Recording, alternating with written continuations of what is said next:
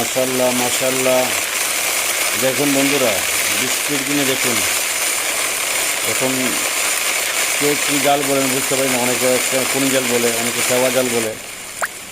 দেখুন বাইরে অনেক বৃষ্টিতে ভিজে আপনাদেরকে নিয়ে যাচ্ছে মাছ ধরার জন্য।